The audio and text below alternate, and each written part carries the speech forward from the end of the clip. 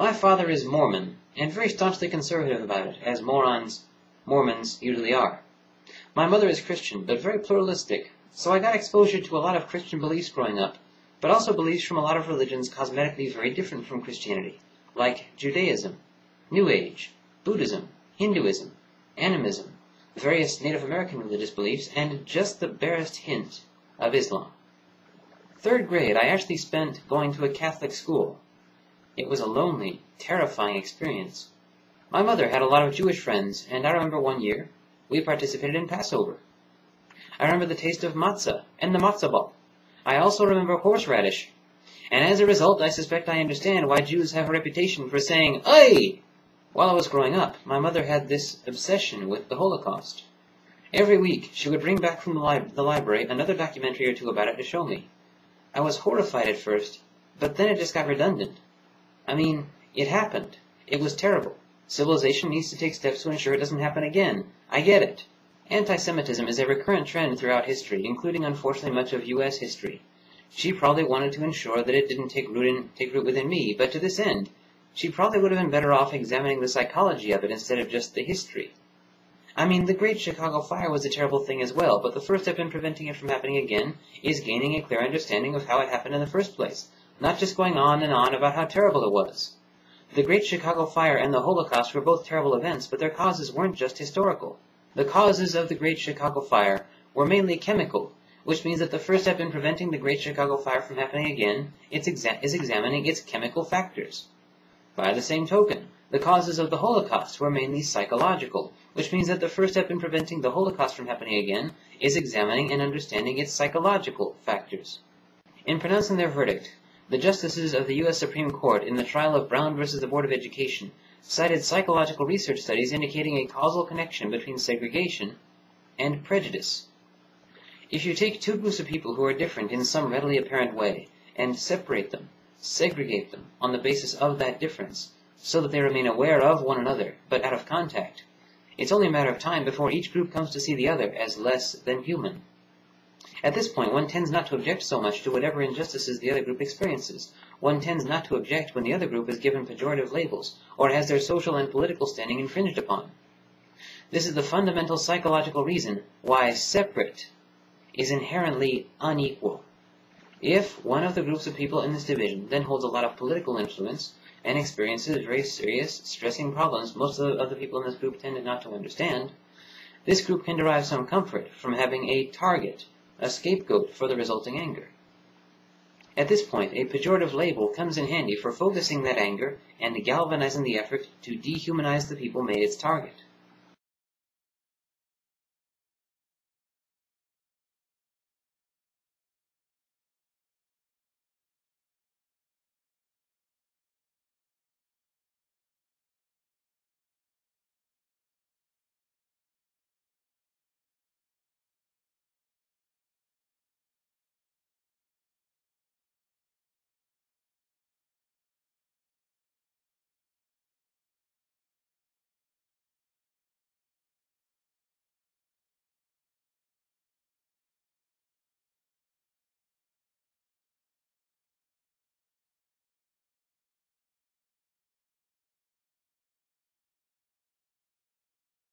After that, violence against the people given the pejorative dehumanizing label tends to meet with relatively little resistance from anyone within the group applying that label. So if you want to prevent other holocausts, the first thing you have to do is redefine democracy to include a caveat about protecting the political rights of minorities. This detail is not in the original definition from ancient Greece, but is in the modern definition for this very important reason. The next step is to mount and maintain a proactive campaign to find all the minorities in your society and give each and every one of them a voice. Now, the drawback to this is that as a result, some of these minorities are going to use that voice to advocate discrimination, intolerance, and persecution. But that's the price we pay, and personally, I believe society is better off for having it that way. I mean, it's very tempting to simply silence these people, write them off, and try to account for their behavior by telling ourselves that they're just not human. But that's simply not true. By this act, we would fall into the very same psychological trap that they have fallen into.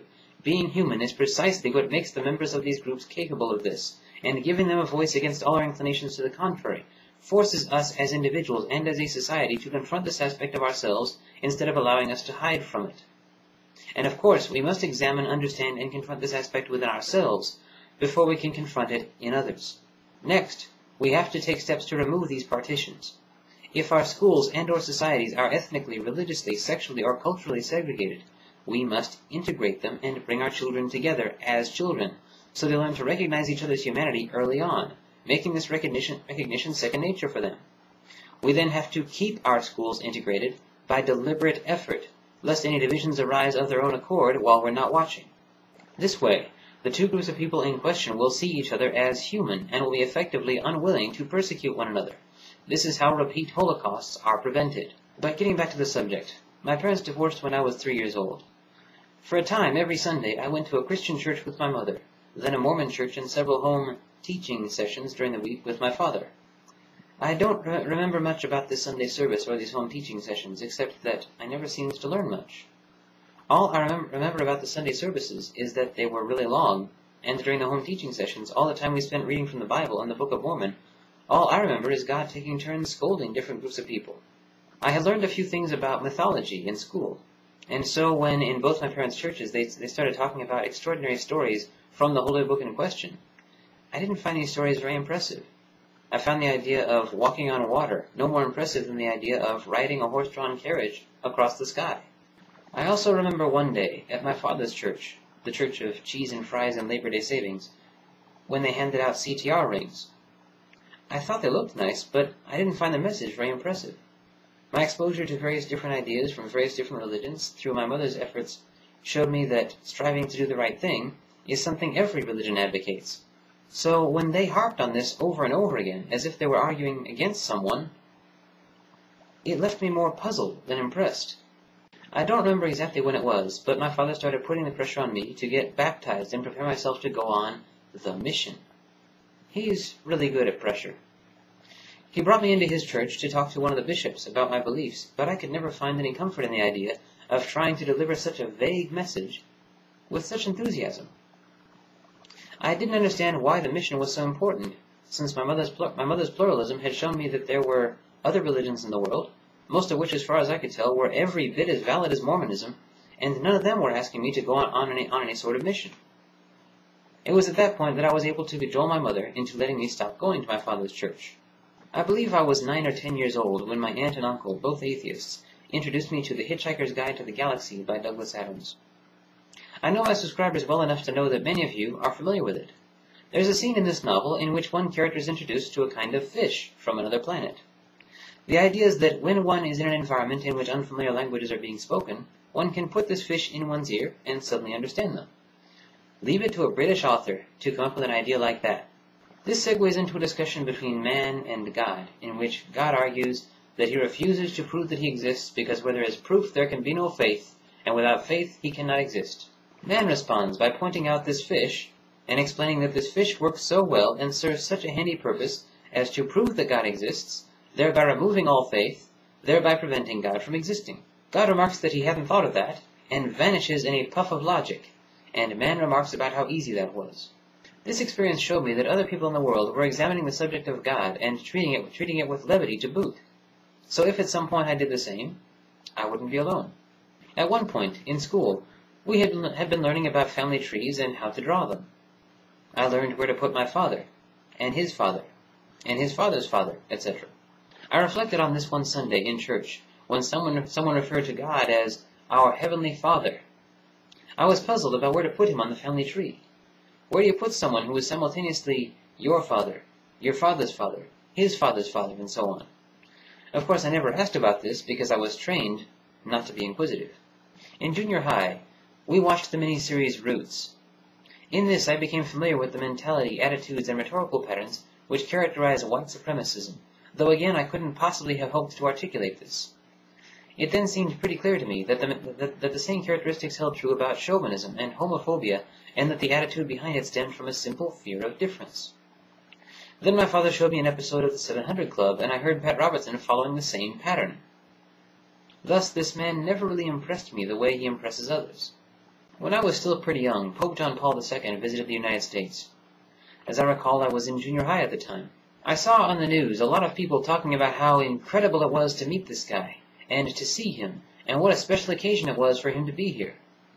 I saw all these people lining up to meet him, and bowing before him, and kissing his hand, etc., etc.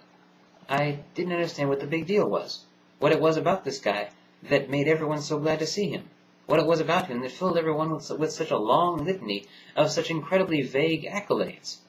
But I didn't ask about it because my father had trained me not to be inquisitive. But one day, my father decided to discuss it with me. He asked me if I knew who the Pope was and what was so important about the Pope visiting the United States. I said I didn't, and he was glad to explain. I'm paraphrasing here, but he basically explained that the way the local mayor relates to the governor, and the way the governor relates to the president, that's how the president relates to the Pope. He told me that as the mayor governs over the city, as the governor governs over the state, as the president governs over the country, so the Pope governs over the world.